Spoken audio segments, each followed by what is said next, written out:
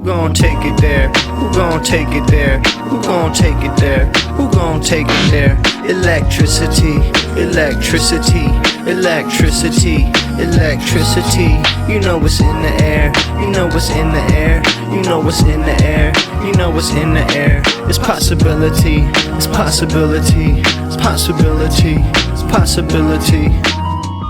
All right, so the Riyadh Comedy Festival is actively happening now in Saudi Arabia. I believe it's going until October 9th or 13th, something like that. So it's got another week or two. And comedians like Bill Burr have already performed, probably a few others, but Bill Burr so far I think is the only one that has come out and talked about what it was like to perform there. So this festival has been getting a ton of bad press, a ton of negative attention on like YouTube amongst the comedy, sort of like the online comedy fan community, which isn't necessarily left-leaning. Definitely in some places it's more right-leaning. It seems like there's a little bit more of a left flank of that online audience that's emerging now. And you see a lot more criticism of these comedians for hypocrisy on free speech, sort of cynically using political talking points and being political tools. And this Riyadh Comedy Festival has become a symbol of their willingness to be used as political tools, even more powerful than like, you know, having Trump on their podcast, advocating for Trump and that sort of thing, which also has done some considerable damage to people like Joe Rogan's credibility and Theo Von, although not as much. For some reason, this Riyadh, Saudi Arabia thing seems to be breaking through more. And initially it seemed like that was just, there was kind of like a racial aspect to it because some of these more right-wing comics and their fan bases is where this criticism sort of bubbled from. And that was even the spin that Tim Dillon took on it when he initially talked about this, is saying, well, they're no different than us and they just have a different culture, etc. Although I think the pushback has made it pretty clear since then that this isn't about the culture at all. It's not about some kind of cultural difference, other than the fact that Saudi Arabia is a top-down, monarchical, theocratic culture. And that is what dictates them. That is why they do not have freedom of speech and general civil liberties that a lot of Americans take for granted. And so that's the problem. This is not just a comedy festival for the people of Saudi Arabia so that they can get a taste of free speech and free expression. This is a comedy show specifically for the royal family and the monarchical leadership of Saudi Arabia, as well as many Saudi Arabian citizens. That's what they're doing. They're being paid by the Saudi crown prince. So let me play this excerpt from Bill Burr's podcast talking about his experience. He had a great time, and he says this is one of the top experiences of his career. So let me play that for you. It was the friendly. Now we're going to Saudi Arabia, and Josh is going like, dude, I feel good now. I feel good. And I'm going, I don't know, man. I'm fucking nervous about this one. This is like, we're in the shit here. Like, they have never had a comedy festival, and I don't know what's going to happen here. And like, my whole fucking idea of Saudi Arabia is what I've seen like on the news. I literally think I'm going to fucking land, and everybody's going to be screaming, death to America. And they're going to have like fucking machetes and want to like chop my head off, right? Because this is what I've been fed about that part of the world, right? And we're flying over it. It's nothing but like these long roads and sand. It's like nothing. And I'm like, what the fuck? What the fuck did I get myself into? And then we land. And now here we are, right? And we end up driving into town. It's a city, everything, right? And everybody's just regular. They're dressed different, but they're regular. Like people just shooting the shit. Hey, how you doing? Welcome. We're saying, hey, we know we're happy to be here. And we're driving around, and then I'm just like going like, I thought this place was going to be like really tense. And I'm thinking like, is that a Starbucks? Next to a Pete's Coffee? Next to a Burger King? Next to a McDonald's? Next to a Pizza Hut? Next to a Dunkin' Donuts, next to a Krispy Kreme, next to a Cheesecake Factory, next to a KFC, next to a Chili's? They got a fucking Chili's over here? This is tipping the cap to the people that set up the festival over there. When they first went to set it up over there, the rules on what they had about what you could say and what you couldn't say in Saudi Arabia, the people running the festivals will be like, all right, well, man, that's game, set, match. If this is like all you can talk about and you want some good comedians, like this isn't going to work. And then to their credit, they said, all right, what do we got to do? And they just negotiated it all the way down to like, you can talk about anything, you know, other than a couple things, which was basically, you know, religion, don't make fun of the royals. And other than that, it was all, everything was like open. The royals loved the show. Everyone was happy. The people that were doing the festival were thrilled. And yeah, it was just this great positive thing. And I got to tell you, just to be a part of that was fucking amazing. And the comedians that I've been talking to just saying like, dude, you can feel it. They wanted it. They wanted it. They wanted you to like the people want, like, you know, they go online and they see it. They want to like see real stand-up comedy. So it was a mind-blowing experience. Definitely top 3 experiences I've ever had.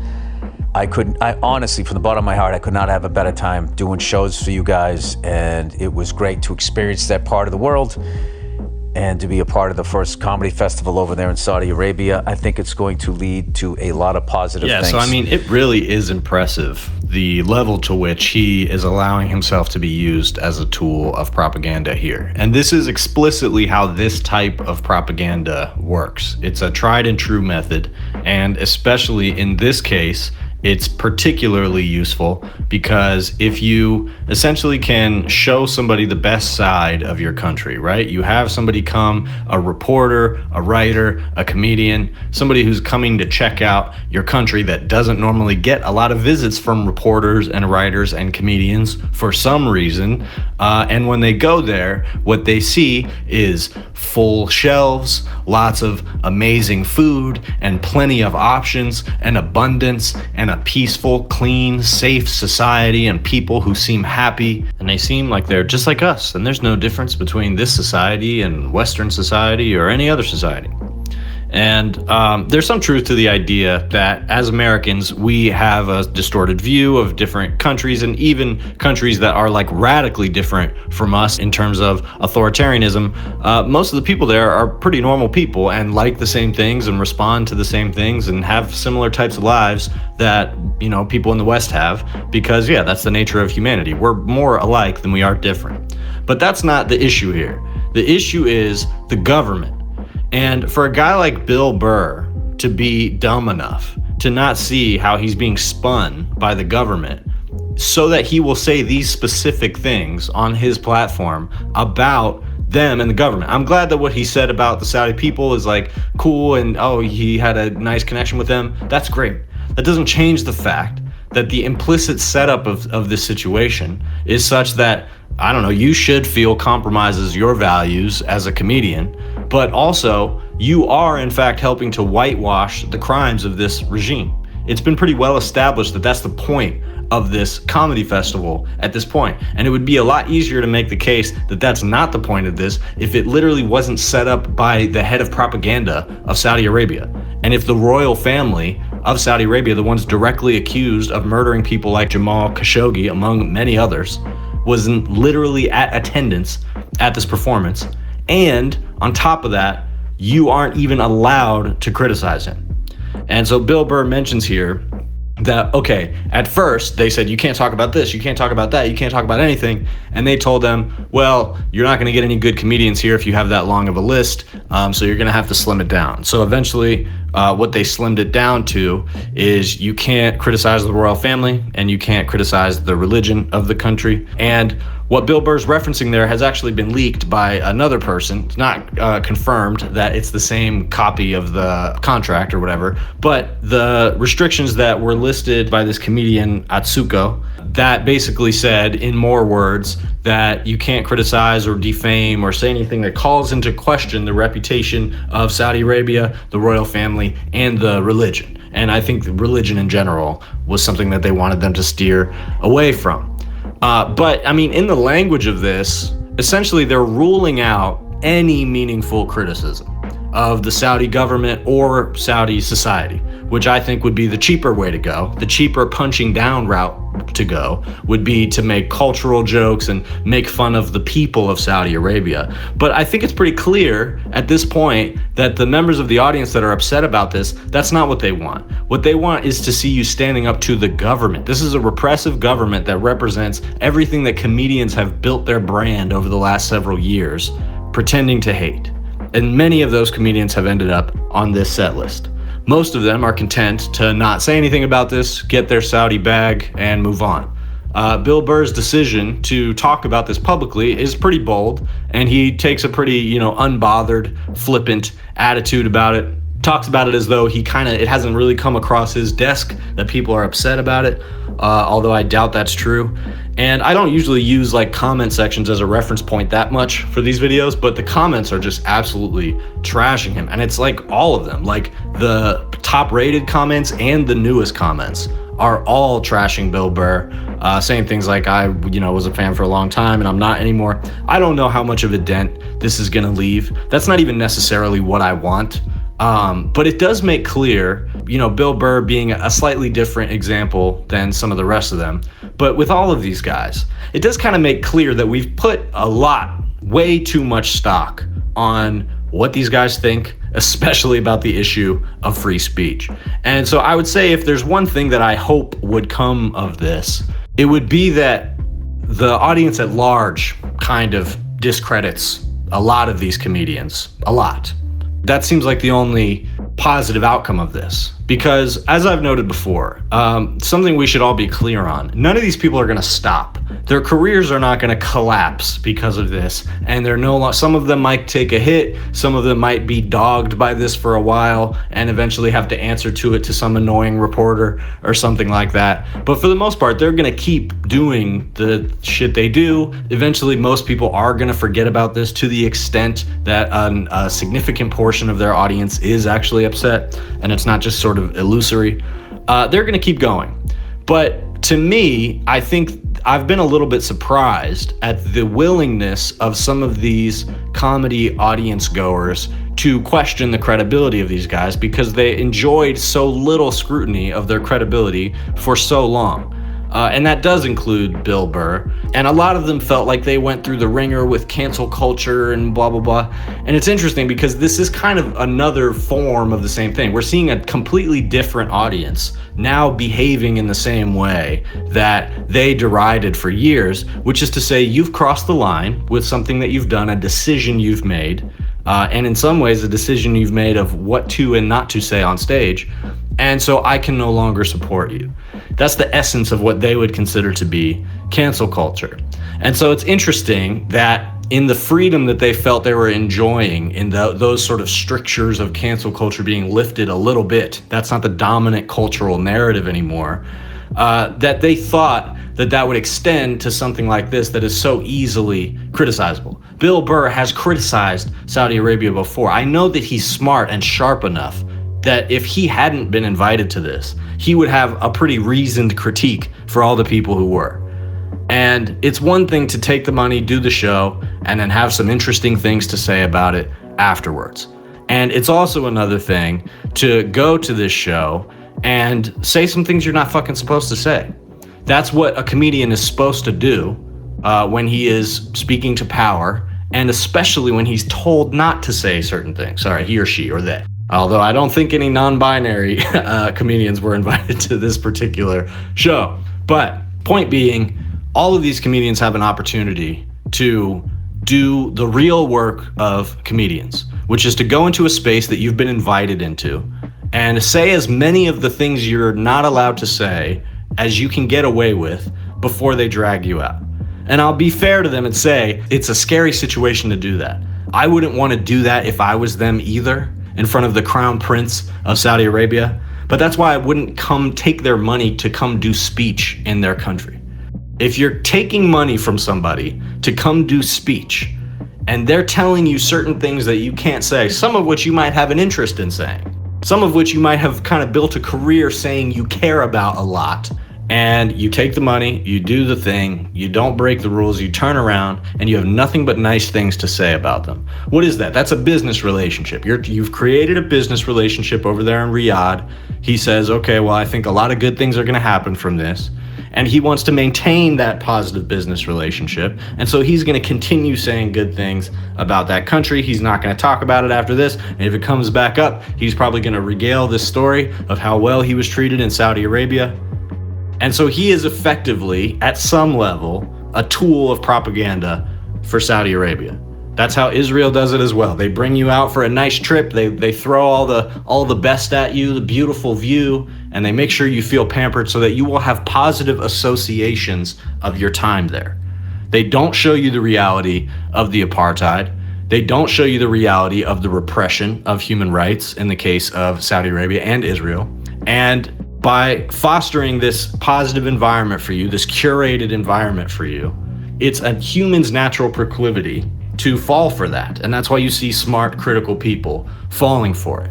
And that's why you've got to be critical at every stage of the process and not take money from foreign governments, directly from foreign governments. I mean, come on, uncritically. So that's all I'll say about that for now. I also, before I go, I want to address the government shutdown. So the government is officially shut down. And for the first time, it appears we are seeing Democrats getting off their ass. Why? Because they have to get on TV and tell people that this is not their fault, this is the Republicans' fault. This is what happens when a government shutdown happens. Both parties go on TV, they blame it on the other party. I think this shutdown is good. It's bad because Trump is going to fire, he's going to do what he said he was going to do and fire a bunch of federal workers and do it in a way that they won't be rehired. He's also said he's going to cut programs that Democrats like and don't want cut. Look, he's doing that anyway. And to the extent that he's going to fire people and get away with it, he probably will. But guess what? They're already asking people to come back to the government that they fired because of this same method. We'll fire people first and ask questions later. Yeah, great. Let's see how that works out for you. And those people's jobs are under threat anyway. If they're not going to get fired in this dispute, it's going to be another. Why? Because Trump is using them as leverage. And what that means, the fact that Trump is making these threats on the part of the government shutdown is because he doesn't want the government to be shut down. If he did, or if it didn't matter to him, he wouldn't have much to say about this. He wouldn't care.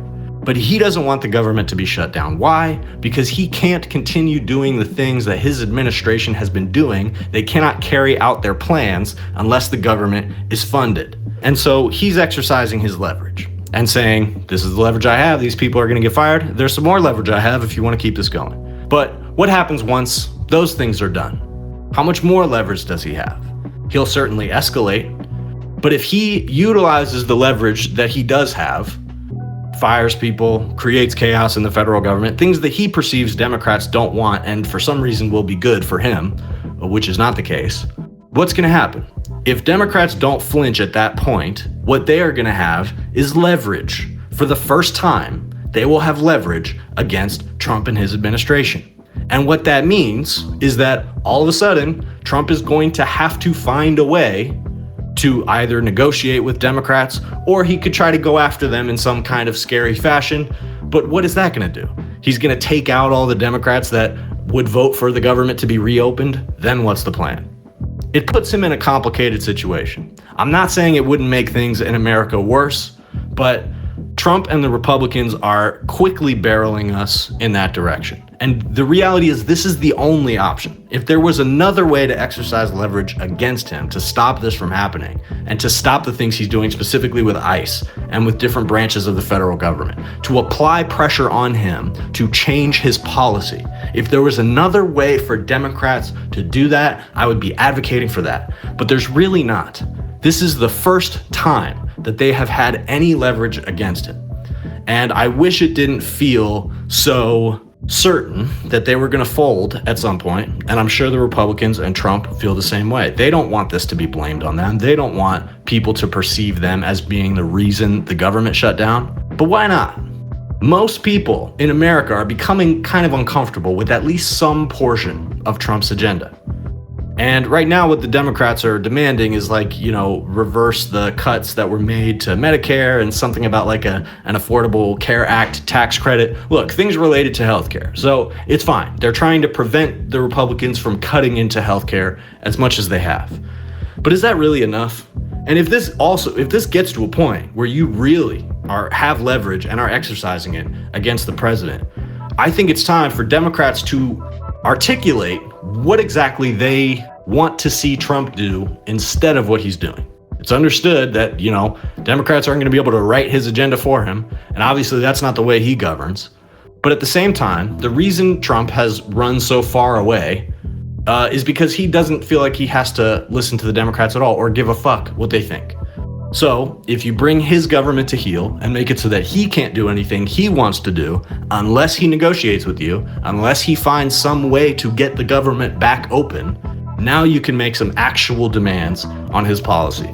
How far you'll be able to go with that, I don't know. It's certainly a risky move, but are we not at the point where we need to take every risk we can get? And if it causes Trump to escalate in some dystopian sense, let him do it. Let him do it sooner rather than later. Why? Because it will have a more unstable and less consolidated result. And that is good for anybody who's trying to resist his agenda. And that should be the goal. Not compromise, not some kind of, I think the president has finally heard us out and gave us a pat on the head. No, especially as Trump continues to escalate his attacks on people's rights, this is an opportunity for Democrats to resist. And if they take it, people might actually start remembering that they exist.